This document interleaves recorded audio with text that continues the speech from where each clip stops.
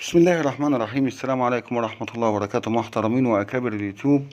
أهلا وسهلا بحضراتكم، تحية خاصة من قناتنا ومن أخوكم أبو وليد. في البداية بنقول اللهم لا شماتة، وإحنا حتى في الصعيد عندنا بنقول لا شماتة في الموت ولا في المرض. بالله عليكم يا أفاضل، يا ريت لايك للفيديو لأن كلام مهم جدا هيتقال. نسب خطأ لضيعة اللي عايش فيها أو المنطقة اللي عايش فيها عمر طالب والد الطفلة ليه. هنبدأ كلامنا ونقول اللهم صل وسلم وزد وبارك على سيدنا محمد وعلى آله وصحبه وسلم. في أكتر من فيديو وضحنا إن وفاة بنت نادر كانت وفاة طبيعية، هي بس البنت تأثرت ببعض الأمراض قد تكون من جراء الولادة.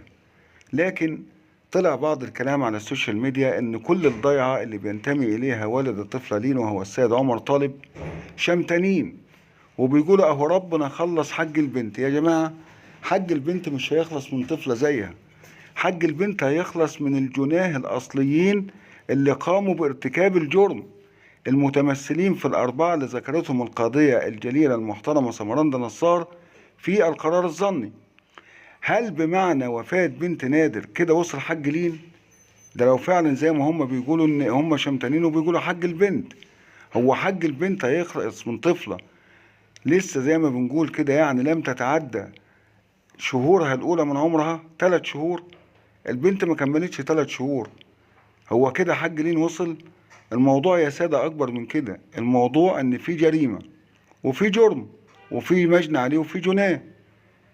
البنت بعيدة كل البعد عن هذا الموضوع، حتى إن عمر طالب نفسه أبو لين عليه رحمة الله لين طبعا لا يمكن أبدا يشمت في موت طفلة لا حول لها ولا قوة ولا إدراك. الطفلة لا تدرك أي شيء. ده احنا بنقول لحضراتكم الطفلة لم تتعدى شهورها الأولى من عمرها، يعني لسه ما عندهاش شهرين ونص أو 3. إيه ذنب البنت دي؟ ده قضاء وقدر، بنت توفت قضاء وقدر.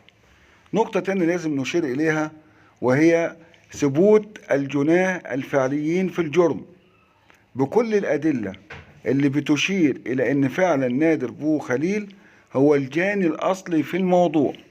حتى أن طلع بعد الكلام أن نيابة طرابلس أدانت نادر فعلا.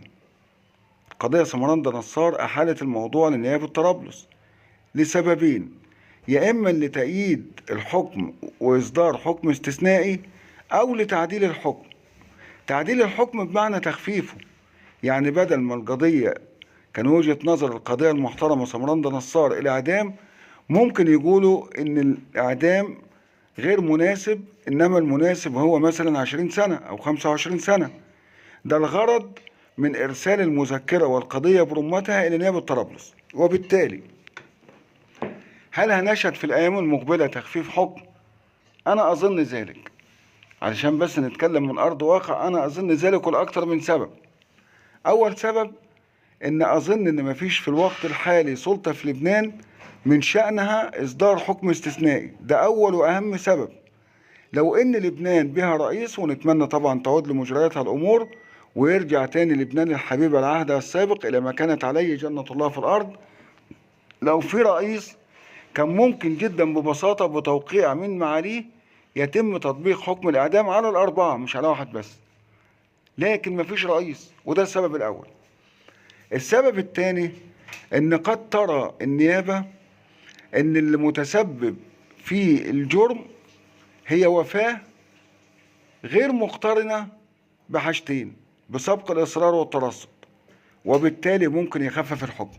بمعنى إن ممكن يقال إن نادر أثناء ارتكابه هذا الجرم ما كانش يقصد وفاة البنت، وإن الوفاة جات غير مقترنة بسبق الإصرار والترصد أو عدم الإصرار على وفاة البنت، وبالتالي يخفف الحكم، ينزل درجة من الإعدام. نزوله درجة من الإعدام هي المؤبد 25 سنة، واحنا على فكرة نتمنى ذلك. المهم إن هو يبعد عن دنيتنا 25 سنة. ده بالنسبة للفعل الجاني الأول. طب بالنسبة للثلاثة المشتركين معاه في الجرم، ما زال بعض الناس في لبنان وخارج لبنان بيطالبوا بتبرئة الجد والجدة، وبيقولوا وبيبرروا احتراما لسنهم. لكن هم غفلوا أو تغافلوا عن نقاط مهمة. إذا كنتوا بتحترموا سن الناس دي، ما أشفقتوش على سن الطفلة اللي عمرها 6 سنين وتم التعدي عليها وتم تعذيبها على مدار أيام لدرجة إنها نزفت من جروح قطعية، وكمان تقعد البنت 3 أيام بدون أكل ولا شرب ولا قضاء حاجة لغاية ما جسمها يتسمم. يعني احنا بنناشد الناس اللي بتقول ارحموا العجوز، طب ما ترحموا الطفلة، هاتوا حق الطفلة. يعني كيلو بمكيال واحد، زنوا الأمور بميزان الحق. إذا كنتوا بتنادموا بالرحمة، طب فين حق البنت اللي محدش رحمها؟ فين حق البنت اللي اتسكت عنها؟ فين حق البنت اللي اتغدر بيها؟ فين حق البنت اللي اتألمت على مدار 5 أيام؟ على فكرة أنا ما زلت برضو مصر على كلامي، ودي وجهة نظر شخصية قد يقبلها البعض أو لا يقبلها. عمر أبو طالب مسؤول مسؤولية قد تكون جزئية عن وفاة بنته، لكن هنعمل إيه؟ في ناس مقتنعة بعكس ذلك. أنا عن نفسي مقتنع إنه مسؤول، على الأقل لأنه برضو تهاون في السؤال عن بنته على مدار الأيام اللي كانت فيها عند أمها. وهو طلع بنفسه على فكرة قال أنا لما جالي خبر وفاة البنت. يعني إيه لما جالي خبر وفاة البنت؟ حضرتك مش جيرانها، حضرتك مش معلم ليها في المدرسة، حضرتك أبوها والدها، يعني المسؤول عن حمايتها، المسؤول عن رعايتها، المسؤول عن توفير الحماية والرعاية. وديتها الناس لا حماية ولا رعاية وتركتها بدون سؤال. هل يجدر بيك بعد ذلك انك تدين ناس؟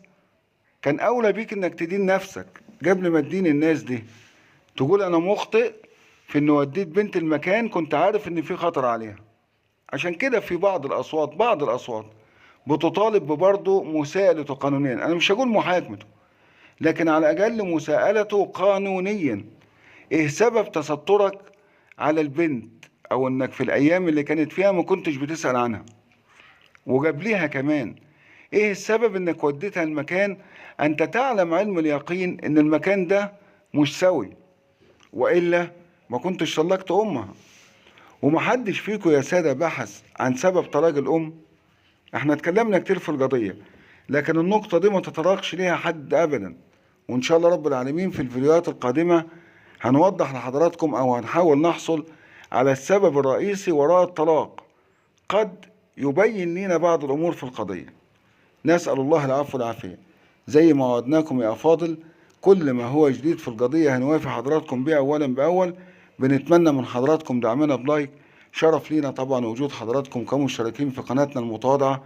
شرف لينا أيضا مرور حضراتكم الكريم على قناتنا أخبار اليوم مع أبو وليد. نشكركم ونترككم في حفظ الله وأمنه، على أمل اللقاء بكم في فيديوهات قريبة قادمة.